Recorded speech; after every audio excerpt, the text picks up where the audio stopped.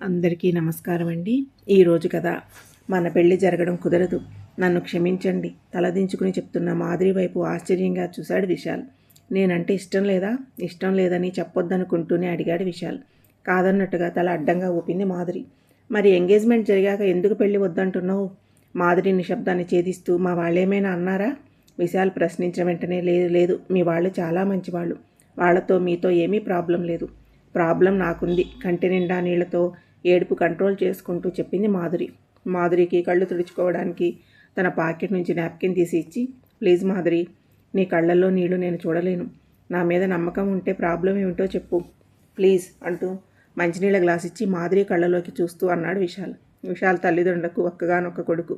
Engineering చదివి software ఇంజనీర్గా ఉద్యోగం చేస్తున్నాడు. విశాల్ తల్లిదండ్రులు ఒక పెళ్లిలో మాధురిని చూసి ముచ్చటపడ్డారు.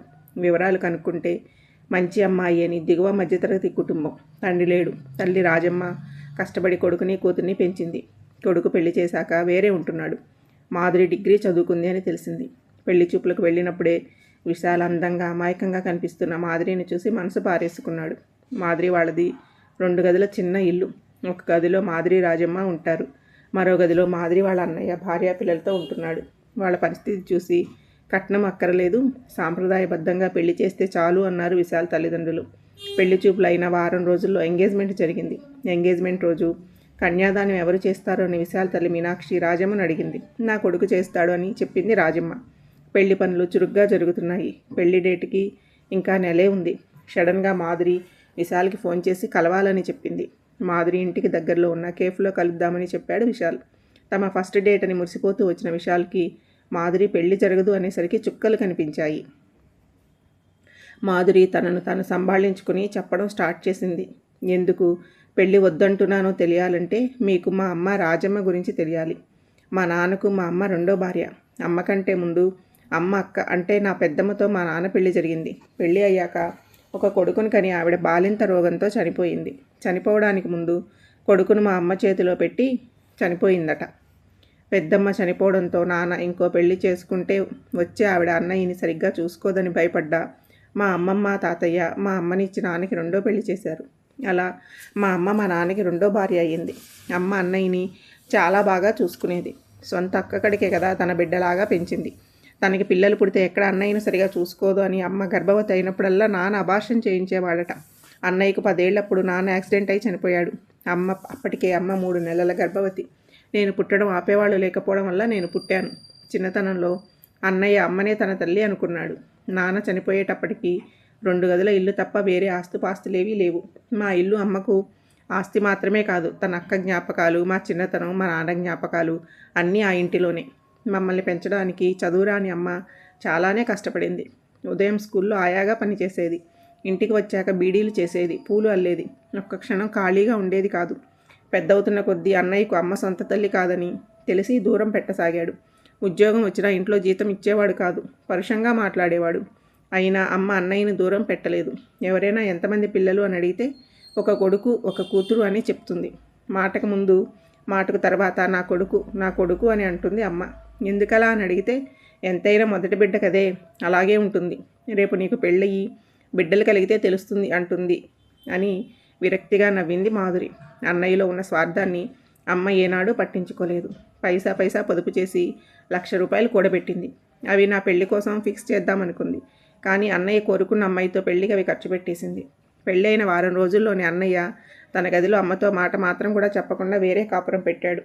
ఎప్పుడు అమ్మని పలకరించడు. 1 రూపాయి అమ్మ చేతిలో పెట్టడు. అయినా అమ్మే ప్రేమ చంపుకోలేక వాళ్ళని పలకరిస్తుంది. తన కోసం ఎప్పుడూ ఏమీ కొనని అమ్మ మనవల కోసం ఎప్పుడు ఏదో ఒకటి కొని పెడుతుంది అన్నది మాధురి. ఆడవాళ్ళంటేనే ప్రేమకు త్యాగానికి ప్రతిరూపం. స్వార్థం అంటే ఏమిటో కూడా వాళ్ళకి తెలియదు. అత్తమ్మ కూడా ఈ గుణాలకు అతీతురాలు కాదు. అందరూ ఆడవాళ్ళు తమ భర్త, బిడ్డలు, కుటుంబం కోసం కష్టపడతారు. కానీ అత్తమ్మ ఒక అడుగు ముందుకేసి తన బిడ్డ కోసం కూడా అంతే కష్టపడింది అని ఆగి మాధురి చేతిని తన చేతిలోకి తీసుకుని, అత్తమ్మ మంచితనం తెలిసి మా అమ్మా నాన్న నిన్ను తమ ఇంటి కోడల్ని చేసుకోవాలి అనుకున్నారు. ఇప్పటి వరకు అత్తమ్మ కష్టపడింది. చాలానే కట్నం వద్దన్నారు. పెళ్ళి కూడా గ్రాండ్గా చేయమని అనలేదు. సాంప్రదాయబద్ధంగా చేయమన్నారు అంతే.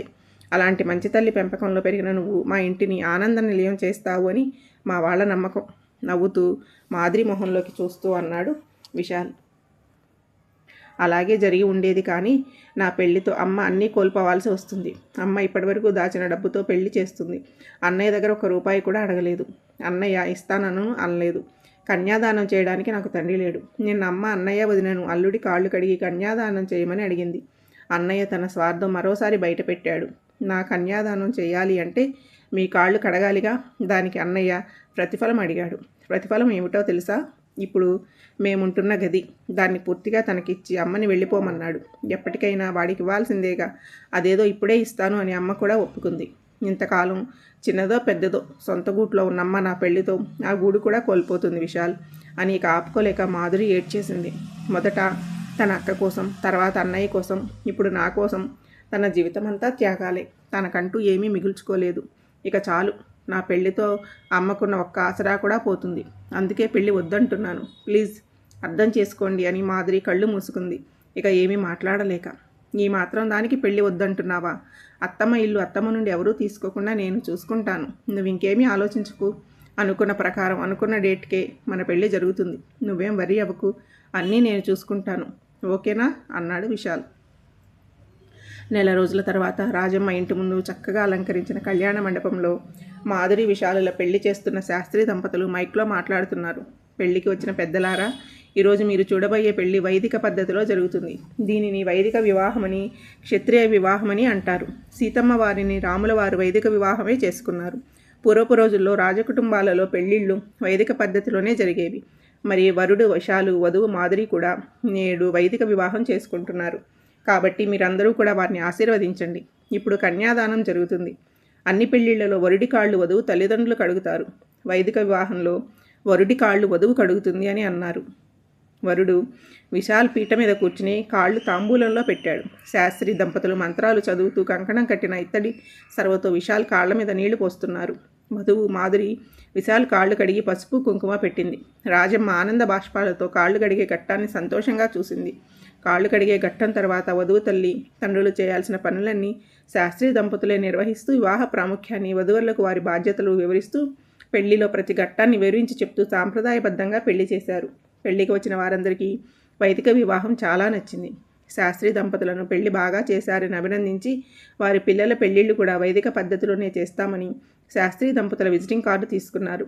కళ్యాణ మండపానికి దూరంగా కూర్చున్న బావమరిది మాడిపోయిన మొహం చూసి త్యాగాలు చేసే రోజులు పోయాయి. ఇక ముందున్నవన్నీ హ్యాపీ డేసే. మాధురితో నవ్వుతూ అన్నాడు విశాల్. విశాల్ నవ్వుతో శృతి కలిపింది మాధురి.